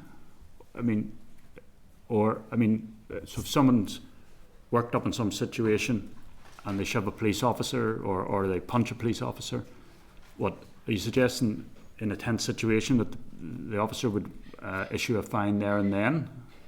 Or I'm just trying to think how that would work. Obviously, in many tense situations, that might not be possible. Yeah, and of course, and that would always be down to, in terms of how it's managed, down to the officer's discretion, and I accept that it might not be the most appropriate time, but yes, that's ultimately what a penalty notice is. You get a ticket and you have 28 days to pay it. Ultimately, so that could be a disposal from the custody suite, it could be when things have calmed down, and at the end of an incident, for example, that is how it's disposed of. Again, officers will be used to kind of dealing with that through a range of disposals. If I could offer just a couple of sort of focusing on a bit of a data point, in terms of reoffending statistics, the statistics would show that the use of diversionary disposals, now this is more widely, that there's a 16% instance of reoffending, whereas in custodial it's 46%, and community service notices it's 28.5%. So the evidence points towards diversionary disposals having a better rate in terms of reoffending. And I suppose, again, just to touch on, it's important then that it's about the tools in the toolbox, but coming back to the statistics, that, for example, at present, it takes 630 days to get sexual offences through the Crown Court. And as Gary has alluded to, there are a number of pieces of the jigsaw here. So it's about saying, well, actually, where we can provide tools to reduce the volume that's going through the courts, this will create capacity for the most serious offences, which are simply taking too long. But that's not to say that we don't have to have the right controls in place. And that's back to, we've got strong governance around the PSNI, the cross-justice groups that will monitor the use of this. So again, that will be monitored through data. So this will be a process of continuous improvement. If we go down this route and we say, well, actually, it's showing us something that had unintended consequences, then we revisit and we relook at it. But the data at present is pointing towards it very much as part of the wider piece about reducing avoidable delay in the criminal justice system. What were those stats you read out there again? So reoffending statistics would say that the reoffending rate where the offender has had a diversionary disposal is 16%, and then it's 46% for those who are custodial, and it's 28.5% then for those that are dealt with in the community. Okay. But that's partly the custodial ones, presumably are a higher level of offence, Yes. so they might be Yes. hardened, more prone to carrying out offences. Okay, Yes. thank you. Connie? Thank you. Just looking at the table on page 6, the consultation response, why do you think there's such a disparity in some of the answers from individuals and organisations? And did you really drill into that when you were evaluating the consultation? There's a sort of a mixture. We did a bit of a sort of a qualitative and quantitative analysis between it, and we took a decision not necessarily to focus on organisations over individuals. So we did go through the responses in detail, and in terms of some of the qualitative information provided, it appeared that those that responded perhaps didn't quite understand the nature of what was there, so thought maybe it was between a custodial sentence and other things. I suppose it's important in looking at that table that you've got a sort of a yes and an unsure and an unanswered, so we're sort of focusing on where the strong thoughts are in terms of the no position whilst taking on board the qualitative analysis. So I suppose it's a comprehensive piece of work that has drawn us to the sort of proposals that we've brought forward and have come through the working group. Okay. No, I think that's important, and you've reiterated it here today that this is just one option. It's not the only option. How would these proposals and these penalty notices interact with criminal records? Would you get a criminal record if you were given one of these? You wouldn't have a criminal record, but what you would have is criminal history. So that means then in the future, if you were then to interact with the justice system again, that would be in your criminal history. So be part of a police record, for example, and it could be disclosed if there was an enhanced check for, say, employment in regulatory activity, for example, but it wouldn't be a criminal conviction as such. And Is that's that the same similar with good traffic offences? Yeah, and the community resolution notices as well. And what kind of with use of these from the PPS and the police's perspective, how much capacity do you think this will free up in our court system? Because I understand the argument that it takes months to go through a court system to then end up with a similar fine anyway. How much capacity do you think that will free up to focus on those more serious offences? Well, I think maybe start from a police perspective and then Peter can talk from a PPS perspective. I think there are a number of opportunities here, and it's not just in terms of those cases that are going to court which end up in a monetary penalty only, because there's also cases that we submit to the PPS where there is a decision for another diversionary disposal. So that could be an informed warning or an adult caution, for example. There's potential in that as well. So there's 1,295 cases, I think, of those proposed offences that resulted in a monetary only fine, and that's the kind of space that we're in. But there's also additional offences there. If you look under diversionary disposals, there's still, I think, 930 diversionary disposals in 2023 and 768 diversionary disposals in 2024. So that's, again, as a result of the investigation, the file being submitted, the PPS making a decision and going, this actually doesn't need to go to court, this could be another disposal. So that gap I talked about, this could some of that proportion of that demand could lean into this gap in the sense of it could be a penalty notice. So you potentially talking up to, if you include that, up to 8% of magistrates' court demand, taking those two sections, and that's not including our work around prosecutorial fines, for example, which would lean into a lot more as well. So in relation to prosecutorial fines, the legislation doesn't prescribe or limit what kinds of offences it can be used for. It just says it can be used for summary offences. Whenever you look at the data that was put before the committee, there's still a lot of motoring offences that make up the Magistrates Court's workload, and instinctively that's where we think the prosecutorial fines, if we can attach penalty points to them, will be of most benefit. So the figures for the year you were given was 13,668 motoring cases in the Magistrates Courts, which was almost half of the Magistrates Court's workload. Of those, just over 6,000 were dealt with by way of a monetary penalty and penalty points only. And I think that's the category of cases that we would probably be focusing on for prosecutorial fines. How many of those could be successfully dealt with by PF, we need to gather more data on. In the coming months, we're going to run a shadow exercise where we're going to ask prosecutors, whenever they're taking prosecution decisions, to indicate whether a prosecutorial fine of up to £500 with the associated penalty points would have been an appropriate disposal. And that'll give us richer data, which we can then feed into the department whenever they're drafting any legislative changes. But that's the core caseload that we would be focusing on to try and take out. That's helpful. Thank you. Okay, Morris. Thank you very much, Chair. I hope I'm not thrown on a dump squad, but I have a lot of issues with this here. Class A drugs, Class B drugs, Class C drugs, they're illegal. You can't buy them in the chemist. So a crime has been committed the minute they're purchased. So who do they purchase them off? I can't talk about a live case, but there are 3 live cases in my town who were low-level drug users, and they are now coming before the courts on very, very, very serious crimes, but they're low-level users and probably get a slap on the wrist. We have a lot of people come into our office complaining about having to live beside drug users. The smell comes from the house next door, it's affecting the mother, it's affecting the children, but they're low-level users, slap on the wrist. My niece, my cousin, was killed by a drunk driver at the age of 22. So I don't see any sense in giving people that have motoring offences a slap on the wrist. Far from it. It's still very, very deep, and it's 25 years ago. Common assault. What you're going to do in common assault, already there's a lot of low-level confidence in the PSNI dealing with this sort of stuff. So you're now going to set up, that boy down there hit my son, hit my brother, whatever. He got a slap in the wrist in the PSNI, we'll get him some night. We'll give him a slap in the ears. So this whole thing causes me a lot of problems, the way you're trying to do this here. Yes, you're trying to save time at the courts, but you're not doing the PSNI image any good. You're not doing any good for the defendants or those who are victims of crime.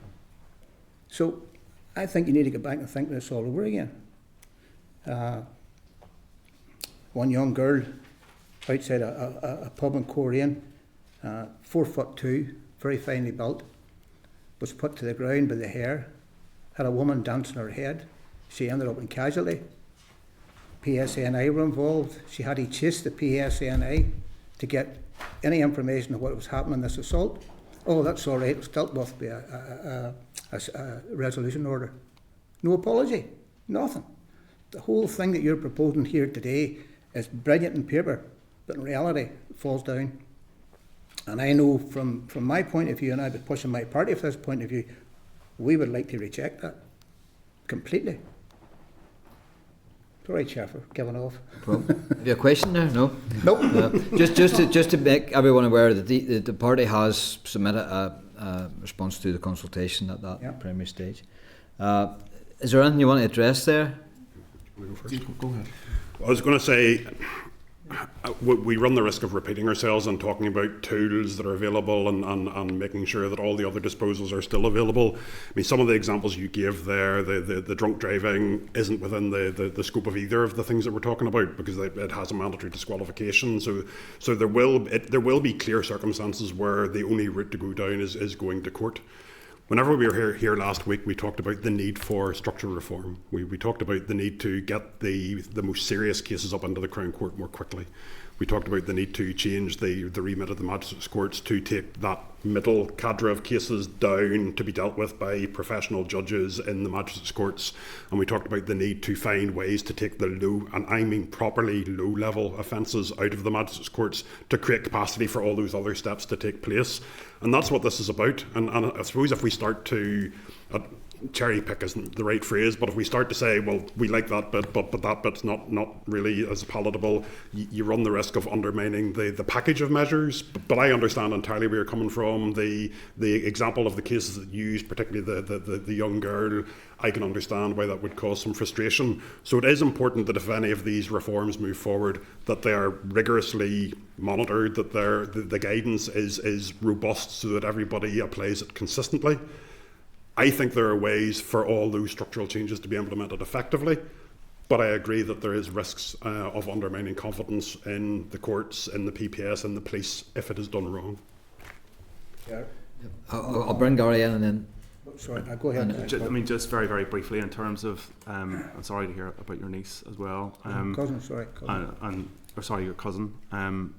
In terms of the example, though, in terms of that gratuitous violence, that kind of, that is out the window here. That's not what we're talking about. And if there is a specific case in terms of what you've described was dealt with as a community resolution notice, I'm more than happy to look at that for you, Morris, because that is not within the spirit of the community resolution notice guidance or the penalty notice for disorder guidance. That's not what we're talking about.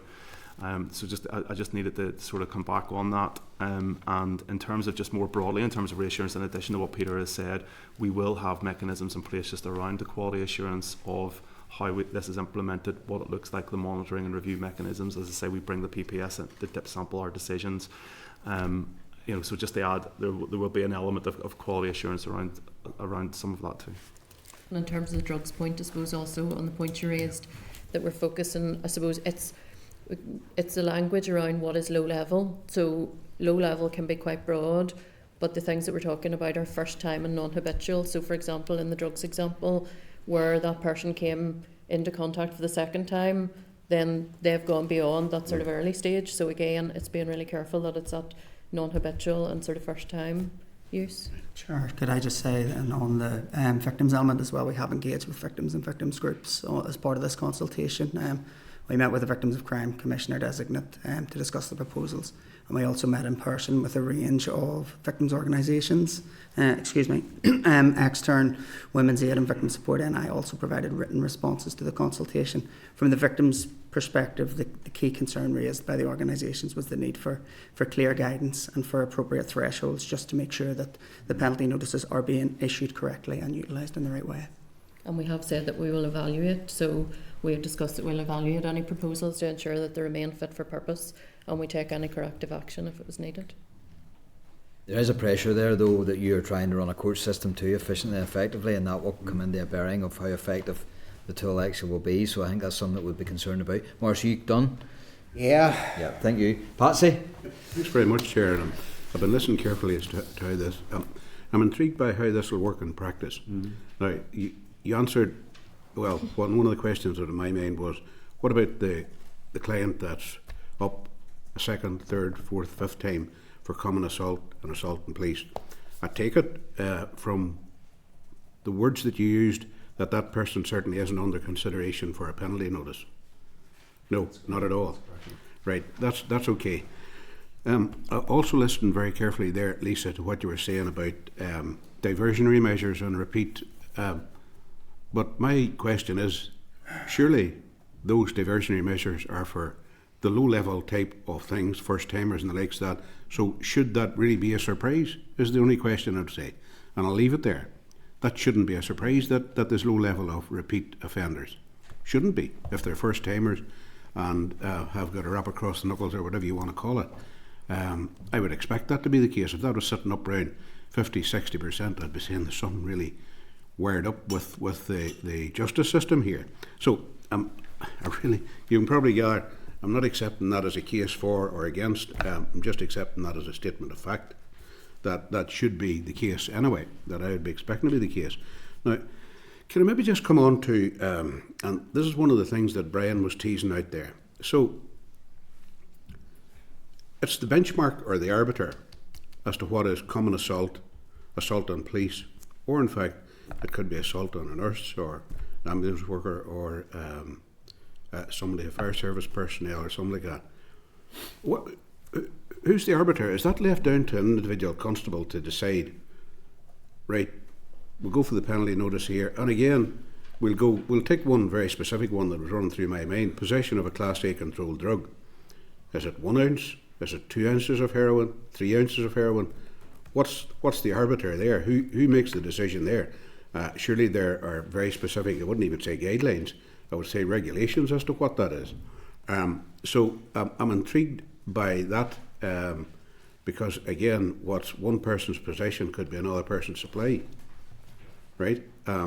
If you get where I'm going. And then just by way of something that maybe some people don't take into consideration is a penalty notice declarable for the likes of an ESTA or a visa whenever they're playing the ESTA case to the US, visas maybe to other countries? Some people, from my experience, aren't aware that that is the case. Okay, will I start? In terms of the arbiter, then it will be the officer on the ground, supported by supervision and operational guidance. So, for example, you asked about the possession of drugs. I think it's a really good question and a good example. So the specific drugs and the specific eligibility will be set out. So, for example, we have that for Class C. It can't be any more than 28 tablets of diazepam, for example. Anything more than that, that takes you out of the remit and into the realm of prosecution, and it will be similar for the penalty notices for disorder. So it will be all set out. There will be operational guidance. There will be parameters. It will be very clear in terms of what's in scope and what's not in scope. In terms, have you got anything there? 28 tablets is probably a month's supply prescribed to the doctor. Have you got anything there for, say, for example, Chief Super, the possession of Class A drugs? Yes, cocaine is a maximum of 5 grams for okay. community resolution notice. Mm-hmm. And is that CRN, that reads across to a penalty notice then? Yeah. Does it? I mean, that's to be obviously be finalised, and we can share the latest, but that's kind of the current guidance. And I'm conscious that maybe we can share that with you, and conscious that this is gone out publicly as well. Well, I get that, but I presume PPS and knows know Yeah. about these guidelines Yeah. as well, so I Absolutely. expect you could trust us with them. Thank you. And the final query then about the declaration of penalty notice for the likes of someone who's applying to travel overseas. Is that declarable or non-declarable, or do you know? I don't know I can't give you a very specific answer, but and I'm happy to come back in writing, but my understanding is through Access NI they would have access to the criminal history, so it depends on the nature of the search that's being done, so I can't answer specifically in terms of if it's a travel one. I suppose it would depend on what the concerns were that were being looked into, but I'm happy to come back in writing. Say for example, if someone applies for a job and the Access NI thing is they go for the Access NI assessment or evaluation or declaration, whatever you want to call it. So is that a penalty notice? It's listed in there, is it? Yes. Well, it depends what level. So there's different levels of Access NI checks for depending on the role, for example, that you're applying for. So for the enhanced checks, which is for roles of regulated activity, working with vulnerable people and children, for example, that is an enhanced level check. So that information may be disclosed. And could I just clarify on the point on the reoffending data? So when I say about 16%, that means of all of the offenders who received the diversionary disposal, only 16% reoffended. So yes, you would like to think of slow level offending that don't reoffend, but also you wouldn't want to see that statistic being higher, because that would indicate you would need to apply more serious sanctions. Exactly. Yes. That's grand, thank you. Okay, that's Thanks, everyone who has indicated to ask a question. So again, thank you very much for your time here today. Thank you very much for your attendance. Okay, folks, pushing on then. Agenda item number 7, causing or allowing a child or vulnerable adult to die or suffer serious physical harm. Proposal to increase the existing maximum sentencing. Summary of consultation responses and proposed way forward. Can I refer members to page 544? Can I remind members that this meeting on the 12th of June 25, the committee noted a proposed consultation by the Department of Justice on the proposal to increase the maximum statutory custodial sentences for offence of causing or allowing a child or vulnerable adult to die or suffer serious physical harm.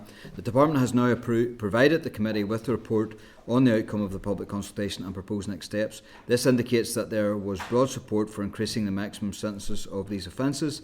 The report states that the Department does not intend that the proposed changes to sentencing arrangements would be taken forward during the current Assembly mandate.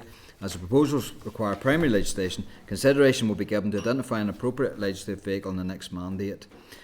Subject to the views of committee members, the Department intends to publish a summary of responses on its website in the coming weeks. Can I ask members if they are content to note this paper?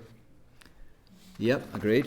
Yeah. Agenda item number 8 is an SR 2016/6, the Disclosure of Victims and Witnesses Information Prescribed Bodies Amendment Regulations Northern Ireland 2026. Refer members to page 566 of the meeting pack. Can I inform members that this statute rule will amend the SR 2015/330, the Disclosure of Victims and Witnesses Information Prescribed Bodies Regulations Northern Ireland 2015, to add Assist NI, Advocacy Support Safety Information Services Together Northern Ireland, to the list of prescribed bodies to which the PPS may disclose relevant information about a witness in criminal proceedings for the purposes of advising the witness about support services offered by that body, or to offer or provide support services to the witness.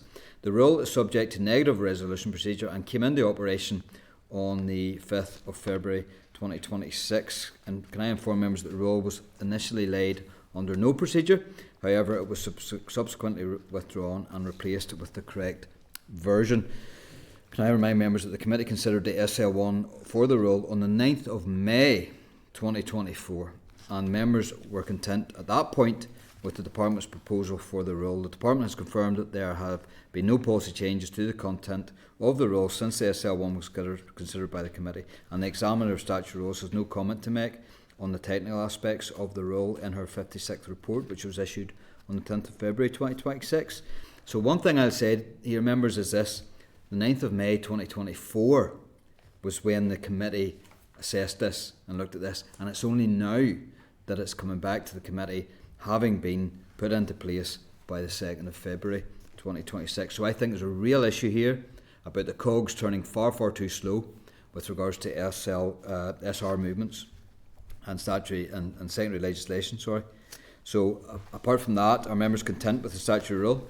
If so, I'll put the question that the Committee for Justice has considered SR 2026/6, the Disclosure of Victims and Witnesses Information Prescribed Bodies Amendment Regulation Northern Ireland 2026 and has no objection to the rule.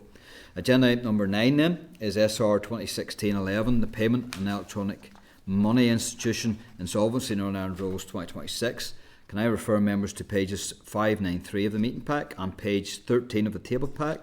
Can I inform members that the Department has made Statute Rule 2026-11, the Payment and Electronic Money Institution Insolvency Northern Ireland Rules 2026 under Article 3591C of the Insolvency Northern Ireland Order 1989. The rule sets out the procedural rules of a special administration procedure for payment and electronic money institutions established by the Payment and Electronic Money Resolvency Regulations 2021 as amended by the Payment and Electronic Money Institution Insolvency Amendment Regulations 2023, which is the 2023 regulations. The rule is subject to negative resolution procedure and it is due to come into operation on the 2nd of March 2026. Can I remind members that the committee considered the SL1 for the rule on the 26th of September 2024 and members were content at that point with the Department's proposal for the rule. As the Department for the Economy is responsible for insolvency policy and the rule is made with the concurrence of the Department of Finance, the committee agreed to forward the SL1 to both low statutory committees for information. Both committees were content to note the proposal of the rule. The Department has confirmed that there are no policy changes to the content of the rule since the SL1 was considered by this committee, and the Examiner of Statutory Rules has advised that she will formally report on the technical aspects of the rule in her next report, but has indicated that it will not require to be drawn to a special attention of the Assembly. So can I ask members if they are content with the statutory rule, and if so I'll put the question that the Committee for Justice has considered SR 2026/11, the Payment and Electronic Money Institution Insolvency Northern Ireland Rules 2026 and has no objection to the rule. Agreed? Agreed. Agenda item number 10 is the sentencing bill, pre-legislative scrutiny, correspondence. Can I refer members to pages 724 of the meeting pack? And can I remind members that at the meeting on 28th of January, the committee agreed to forward a paper for the Commissioner of Older People which raised concerns about the absence of age as one of the protected characteristics under the hate crime provisions in the sentencing bill. Can I inform members that in its response the Department has outlined the basis for the current position and provided details of engagement and consultation work with regard to age as a protected characteristic. The Department advises that it is hoped that the introduction of the vulnerable aggravator in the forthcoming sentencing bill and provisions in the Adult Protection Bill will address many concerns regarding age as a protected characteristic and that the impact of these will be monitored. Can I ask members if they are content to note the paper or if there's any further information clarification required at this time? Okay. Can I seek members' agreement to forward the Department's response to the Commissioner of Older People for information? And can I then remind members that, as noted at last week's meeting, the Executive has agreed the introduction of the sentencing bill. The bill is expected to be introduced during the week commencing the 2nd of March and will be referred to the Committee for Scrutiny subject to passing its second reading. So can I seek members' agreement to ask Assembly Research and Information Service to prepare a list of key stakeholders or expert witnesses that the Committee may wish to seek oral or written evidence from to assist its consideration of the bill? Agreed? Agenda item number 11 is the Victims and Witnesses of Crime Bill, pre-legislative scrutiny, correspondence. Can I just say that we've agreed to write to the Department about Kiva's Law? Yeah. And happy enough to leave it there. Agenda item number 12, correspondence. Inform members that there is a correspondence memo and 8 items of correspondence at page 744 of the meeting pack. Can I advise members that I will draw their attention to 2 of the items? Can I remind members that, 12.5, can I remind members that at this meeting on the 15th of January, the Committee for Justice considered correspondence from Peter Martin MLA raised concerns about the length of time taken to resolve a complaint he had made to the Bar of Northern Ireland about a barrister. The committee agreed to ask the Bar to provide details of the processes and procedures for handling complaints regarding their members. Can I inform members that a response from the Bar has now been received? Can I seek members' agreement to forward the Bar's response to Peter Martin MLA for information? Agreed. 12.6 then, remind members that at its meeting on the 15th of January, the Committee for Justice considered Correspondence from the Women's Resource and Development Agency providing the committee with new research on the role of firearms and violence against women and girls. The committee agreed to forward the research to PSNI and ask for its views on its findings and recommendations. Can I inform members that a response to the research has been received from the PSNI? Can I seek members' agreement to forward the response to the WRDA for information? Can I also remind members that an oral evidence session with the WRDA on the report will be scheduled for a suitable time in the forward work programme? Agreed? Agreed. Can I ask members if they're content to note the other items of correspondence as set out? Agreed. Agenda item number 13 then, forward work programme. Can I inform members of the latest draft of the committee's forward work programme, which can be found at pages 830? Can I inform members that the oral evidence with the Chief Constable and Sir Ian Livingston on Operation Canova has been omitted from the version of the programme in the meeting pack? That evidence session is scheduled for the 12th of March, and that is going to take place. Ask members if they're content then to note the forward work programme. Agreed. Agenda item number 14, chairperson's business. I have no business. Agenda item number 15, any other business? Can I ask members if there are any other business to raise? Item agenda then 16, date, time and place of the next meeting. Can I advise members that the next meeting will take place next Thursday, 26th of January, room 30, Parliament Buildings. Do you want to meet at 1:30 or 2? How big's the agenda? Do we need to meet at 1:30? PACE, we've got PACE and the Victims and Witnesses of Crime Strategy. Is it just two presentations? If it's two, I'm happy to make it 2 o'clock then. Yeah, and we've got through a lot of our deliberation, informal deliberations of the Justice Bill. Happy enough with 2? It doesn't affect me, but maybe others who might have committees before that to give them time to get their head up and get. We're always cognizant of that. Yeah, yeah. We would not want to give any member brain fog. Okay, and we need to make sure you get eaten. You have to eat. Okay, 2 o'clock then for next week, but we will keep it in abeyance over the next couple of weeks. Okay then, I adjourn the meeting. Thank you very much, members. Committee Room 30, Sound.